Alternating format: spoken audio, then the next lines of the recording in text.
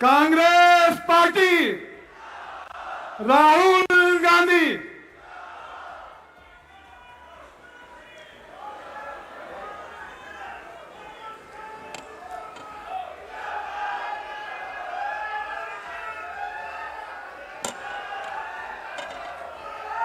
केसी वेणुगोपाल जी, प्रियंका जी, उदय भान जी, भूपेंद्र हुड्डा जी, कुमारी शैलजा जी, वरुण चौधरी जी, स्टेज पे कांग्रेस पार्टी के सीनियर नेता, हमारे प्यारे कार्यकर्ता बब्बर शेर, टाइगर, भाइयों और बहनों, आप सबका यहां बहुत बहुत स्वागत।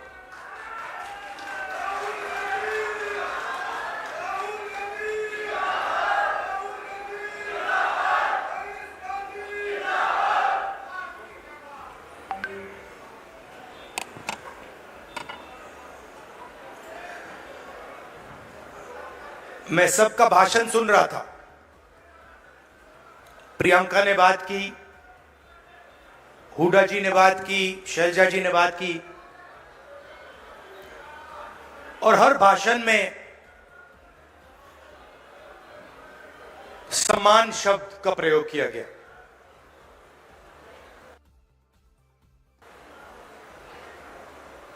सम्मान जरूरी है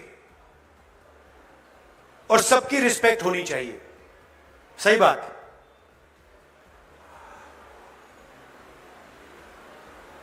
मगर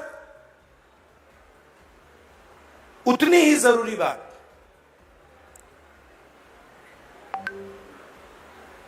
जेब में, हमारे लोगों के जेब में कितना पैसा जा रहा है और जेब में से कितना पैसा खींचा जा रहा है। आपके पास सामान हो, मोदी जी आपकी 24 घंटा रिस्पेक्ट करें, मगर 24 घंटा आपके जेब में से पैसा निकलता जाए और आपके जेब में पैसा ना आए तो सामान हो सकता है मगर भूखे मर जाएंगे।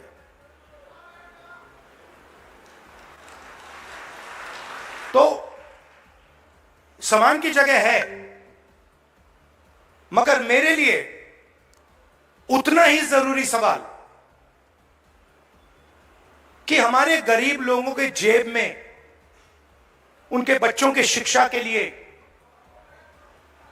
स्वास्थ्य के लिए, भविष्य के लिए बैंक अकाउंट में कितना पैसा है, सीधी सी बात। और आपको यह पूछना है कि क्या हमारे जेब से ज्यादा पैसा निकल रहा है या वापस जेब में ज्यादा पैसा अंदर आ रहा है। यह सिंपल सी बात। और अगर निकल रहा है, खींचा जा रहा है, तो कैसे निकल रहा है, कौन निकाल रहा है, और अगर जेब में आ रहा है तो कौन डाल रहा है और कैसे डाला जा रहा है। आप सोचिए, अदानी जी के बारे में सोचिए। वो सुबह उठते हैं, खेत में मेहनत नहीं करते, फावड़ा नहीं चलाते, छोटे बिजनेस में काम नहीं करते, अच्छा खाना खाते हैं, सबसे बड़े महलों में रहते हैं, और हर सुबह 24 घंटा उनके बैंक अकाउंट में धड़ा पैसा आता है, नॉन स्टॉप। मतलब जैसे सुनामी आती है ना, वैसे उनके बैंक अकाउंट में पैसा घुस रहा है। और जितना ही पैसा उनके बैंक अकाउंट में सुनामी जैसे घुस रहा है, उतना ही पैसा आपके बैंक अकाउंट में से तूफान जैसे पैसा निकलता जा रहा है। आप कहते हो भाई महंगाई बढ़ गई,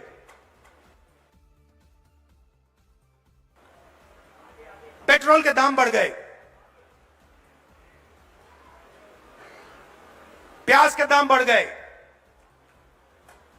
किसान कहता है धान खरीदा नहीं जा रहा, कोई कहता है मुझे रोजगार नहीं मिल रहा। अभी मैं अमेरिका गया, अमेरिका में छोटे से घर में, छोटे से कमरे में, मतलब 10 फुट 15 फुट बाय 15 फुट, उसके अंदर 15-20 हरियाणा के युवा। मैंने आपसे पूछा ये अमेरिका में क्यों बैठे हैं? ये हरियाणा से क्यों भागे? उनसे मैंने पूछा, पता नहीं आपने वीडियो देखा नहीं देखा, उनसे मैंने पूछा भैया बताओ हरियाणा में इतनी कमी क्या है कि आप गए? कहते हैं राहुल जी हम सिर्फ गए नहीं, जान पर खेल कर गए। पहले हम टर्की गए, टर्की के बाद हम कजाकिस्तान गए, कजाकिस्तान के बाद हम कोलंबिया गए, कोलंबिया के बाद सूरीनाम, सूरीनाम के बाद पैनामा। पूरी दुनिया के चक्कर काटे, बोट में गए, बोट डूब गई, हमारे दोस्त मरे, हमारे आंखों के सामने डूबे। जंगल में माफिया के लोगों ने गोली मारी, जो चल नहीं पा रहा था उसको उड़ा दिया, खत्म कर दिया।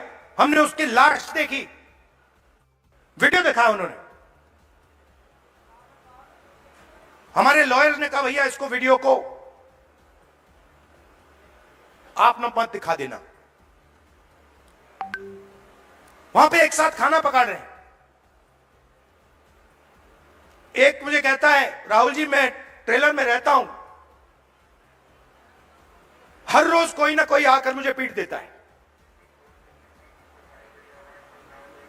हर रोज कोई ना कोई आकर मुझे पीट देता है। वो ड्रग्स लेते हैं और रात को आकर मुझे मारते हैं।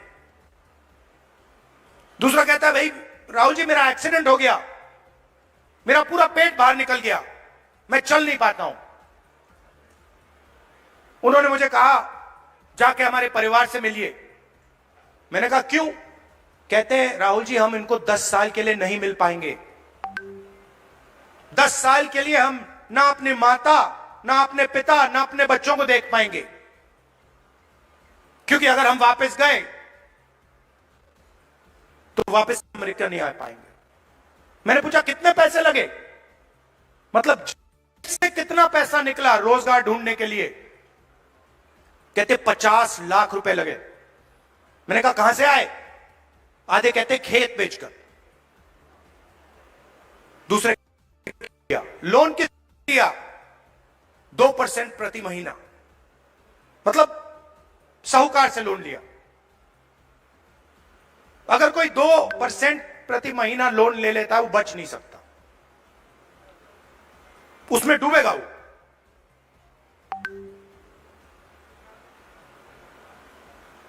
$50 लाख रुपए उनके जेब में से छीने गए क्योंकि हरियाणा उनको रोजगार नहीं दे सकता है।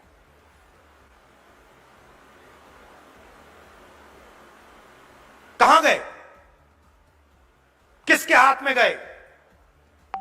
क्यों गए? फिर मैं वापस आया, वायदा किया था, करनाल गया, 5 बजे सुबह परिवार से मिला, वीडियो कॉल चल रही है। मैं सोच रहा हूं हो क्या रहा है। एक तरफ अमेरिका में डैलस में 20-25 युवा, हिंदुस्तान का फ्यूचर वहां बैठा हुआ है, इस तरफ माताएं, बहनें, बेटे, हम बातचीत कर रहे हैं। मैं परिवार से बोल रहा हूं और बात करते हुए एक छोटा सा लड़का देव दौड़ता हुआ कंप्यूटर के पास जाता है, कंप्यूटर को ऐसे पढ़ता है, पकड़ता है, चिल्लाता है पापा पापा पापा पापा वापस आओ। पापा मुस्कुरा रहा है।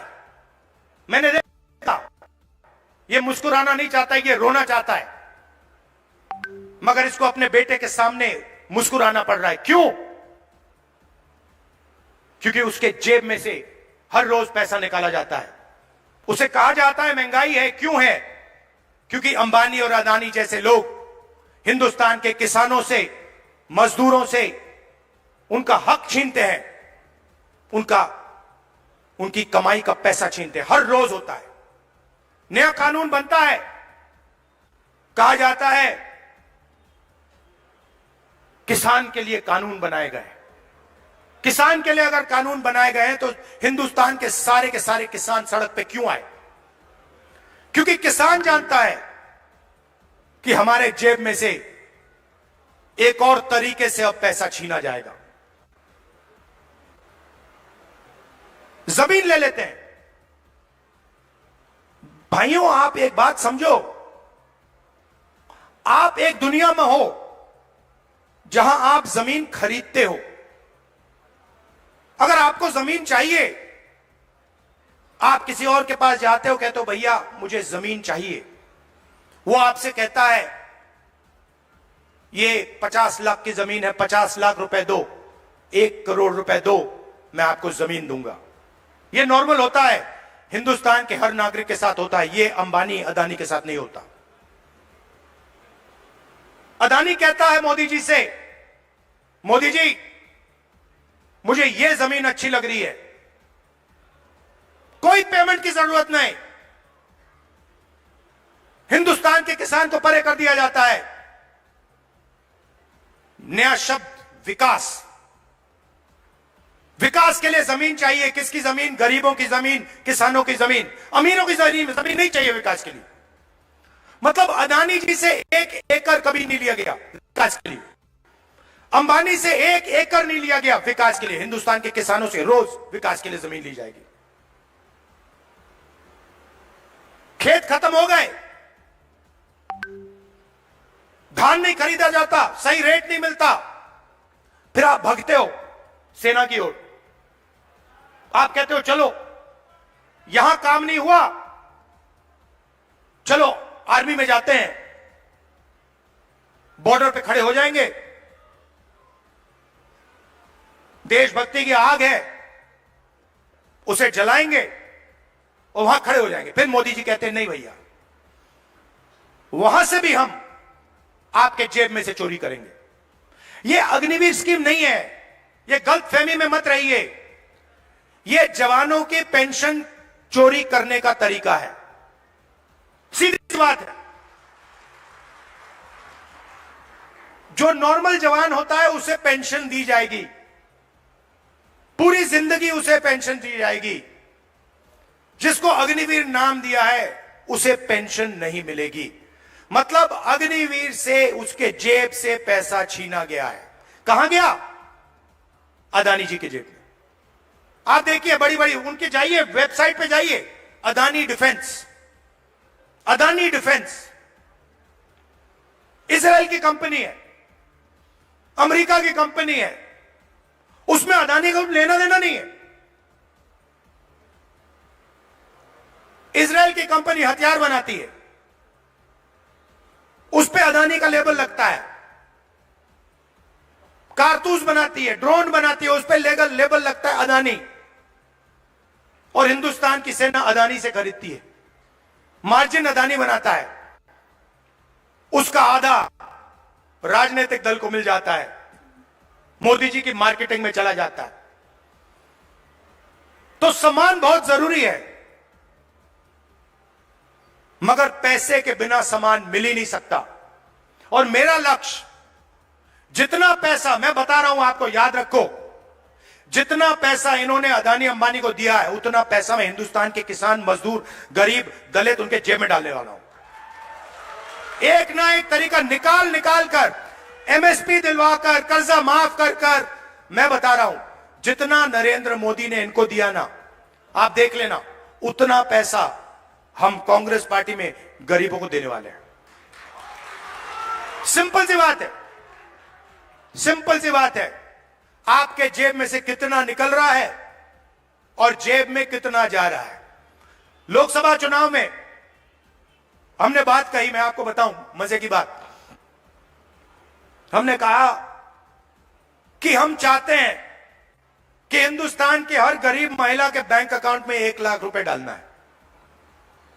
वो सारे एक्सपर्ट खड़े हो गए, मैं बता रहा हूं आपको, सारे एक्सपर्ट खड़े हो गए, नहीं नहीं नहीं नहीं नहीं नहीं, नहीं हो सकता, करा नहीं जा सकता, ऐसे नहीं होता।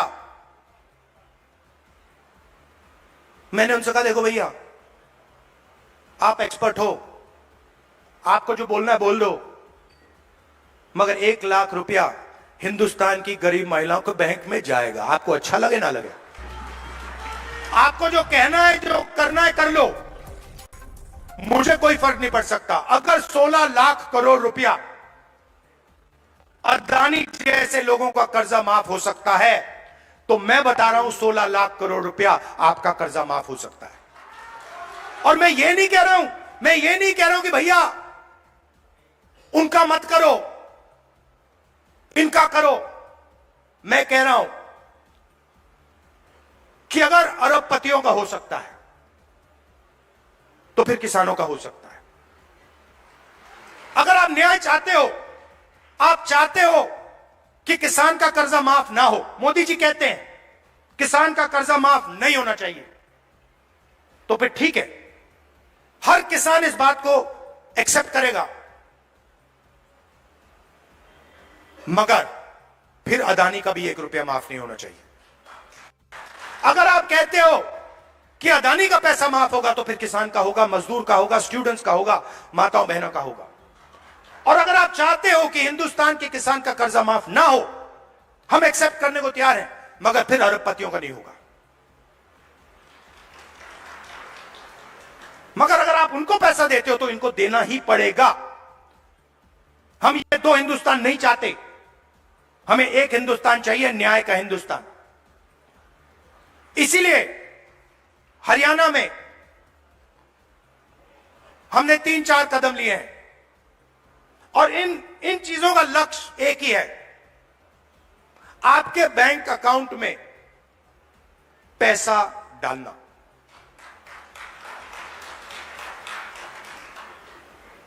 सबसे पहले महिला शक्ति योजना, 2000 रुपए हर महीने महिलाओं के बैंक अकाउंट में। आजकल गैस सिलेंडर कितने का है? कितने का लगता है गैस सिलेंडर? 1200, 700 रुपए, मतलब 500 रुपए का गैस सिलेंडर में लगेगा, 500-700 रुपए आपके बचेंगे, जेब में 700 रुपए जाएंगे। सामाजिक सुरक्षा,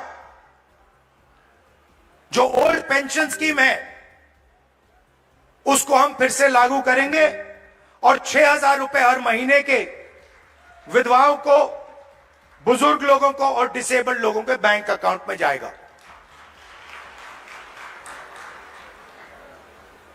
युवाओं के लिए सरकार में 2 लाख खाली रोजगार है, 2 लाख पोजीशन, मतलब 2 लोगों के जेब में से नरेंद्र मोदी जी ने पैसा काट रखा है। 2 लाख युवाओं को हम वो सरकारी पोजीशंस देने जा रहे हैं, और सबको, हर जात को, सब लोगों को न्याय के साथ, रिस्पेक्ट के साथ ये 2 लाख पोजीशंस दी जाएंगी। सीधा आपके जेब में पैसा जाएगा हर महीने बैंक अकाउंट में।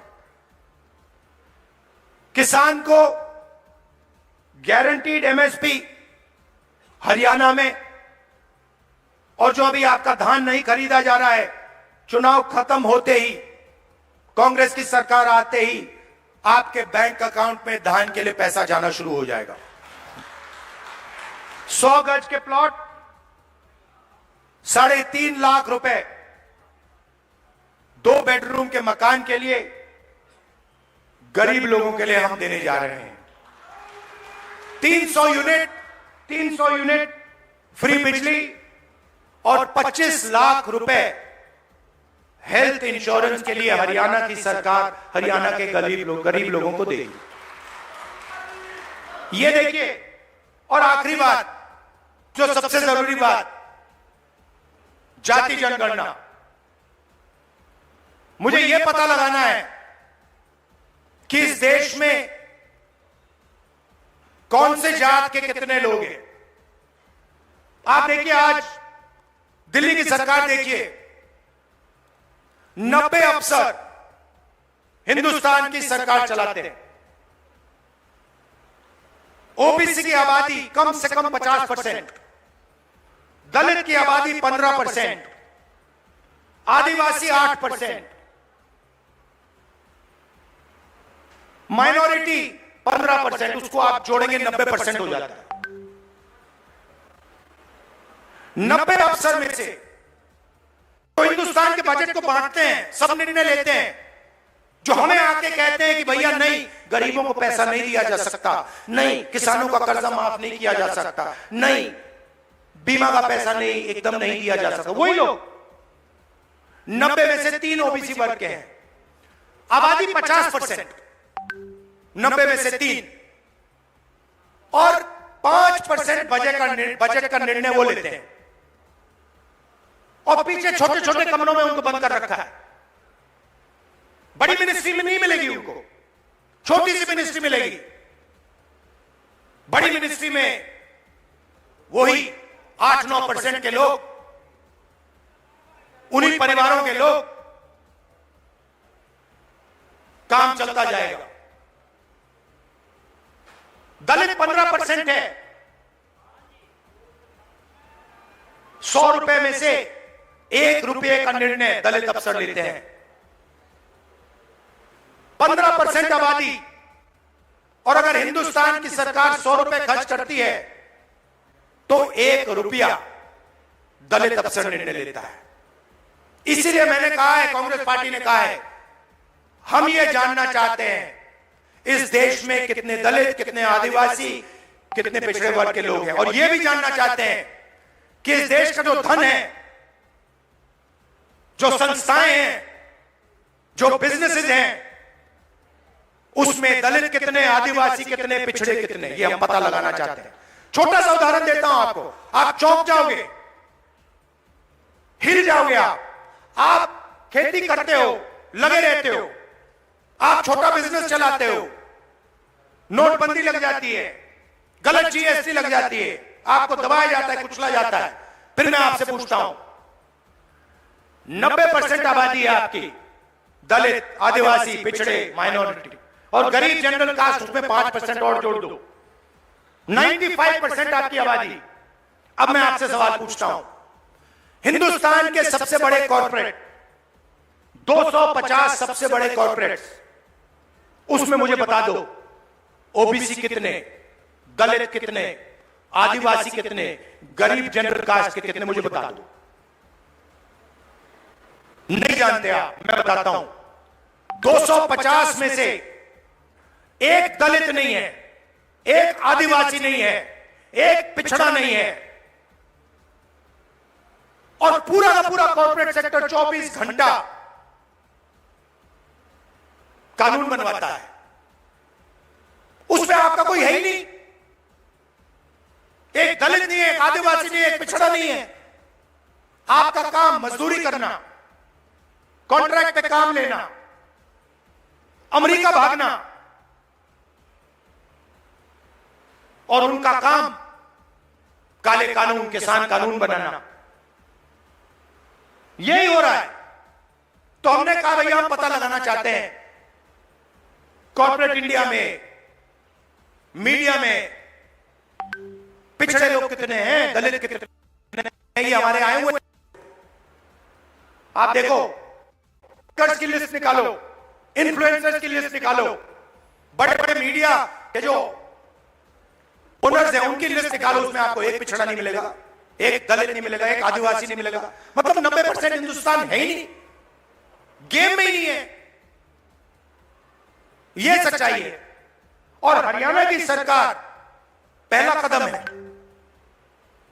हरियाणा की सरकार आएगी, यहां पे बदलाव आएगा, मगर फिर दिल्ली में जब सरकार आएगी, मैं आपको बता रहा हूं, मुझे कुछ लेना देना नहीं है। मैंने अपने माइंड में एक बात रख ली है। आपने कहा इज्जत बहुत जरूरी है, उस बात को मैं एक्सेप्ट करता हूं, मगर मैं चाहता हूं मेरे लिए एक ही चीज जरूरी है, गरीब लोगों की जेब में कितना पैसा जा रहा है और जेब में से कितना पैसा निकल रहा है, ये मेरा इक्वेशन है और इसको मैं छोड़ने वाला नहीं हूं। जहां भी मुझे मौका मिला ना, जहां भी मुझे मौका मिला, जो इस देश को चलाते हैं, किसान, मजदूर, गरीब लोग हाथों से चलाते हैं, खून पसीना देकर चलाते हैं, जहां भी मुझे दिखाओ उनके बैंक अकाउंट में पैसा डालूं।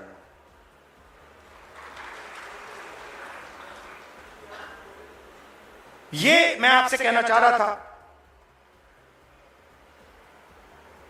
मैंने आपको धान की बात बताई कि जैसे ही हमारी सरकार चुनी जाएगी वैसे ही धान का पैसा आपके बैंक में आना शुरू हो जाएगा। दूसरी बात, सरकार बनेगी तो 36 बरादरियों की सरकार बनेगी, सबकी सरकार बनेगी, न्याय की सरकार बनेगी और भागीदारी सबको दी जाएगी। और आखिरी बात, ये जो बीच में इंडिपेंडेंट पार्टी आ रखी हैं, छोटी छोटी पार्टियां हैं, ये सब बीजेपी की पार्टी है। इनका रिमोट कंट्रोल इनके हाथ में है। लड़ाई बीजेपी और कांग्रेस के बीच में है, विचारधारा की लड़ाई है। एक तरफ न्याय, दूसरी तरफ अन्याय, एक तरफ किसानों का हित, गरीबों का हित, मजदूरों का हित, और दूसरी तरफ अदानी जी और अंबानी जी जैसे लोगों का फायदा।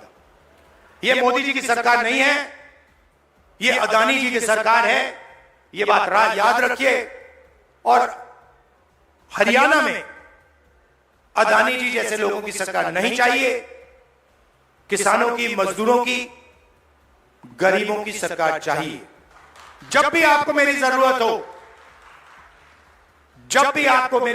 हो, पार्लियामेंट में भाषण करवाना हो, कोई मुद्दा हो, आपका सरकार पर प्रेशर डलवाना हो, यहां हरियाणा में आके आपसे बात करनी हो, आपको सिर्फ ऑर्डर देना है। आपको कहना है राहुल इधर आओ, मैं हाजिर हो जाऊंगा। आप सबका दिल से बहुत बहुत धन्यवाद। नमस्कार, जय हिंद। और कांग्रेस के कार्यकर्ता, नॉर्मली क्या होता है, आमतौर से क्या होता है, बब्बर शेर अकेले दिखते हैं। जंगल में एक बब्बर शेर दिखता है, एक शेर दिखता है। यहां पे हजारों हमारे शेर आए हुए हैं। एक साथ बाहर जाकर निकलो, बीजेपी को यहां पे हराओ। धन्यवाद, जय हिंद, नमस्कार। धन्यवाद। मैं हमारे पीसीसी के पार्टी अध्यक्ष है उदय भान जी, मैं उनसे निवेदन करूंगा कि वो भी आके धन्यवाद करें। हेलो।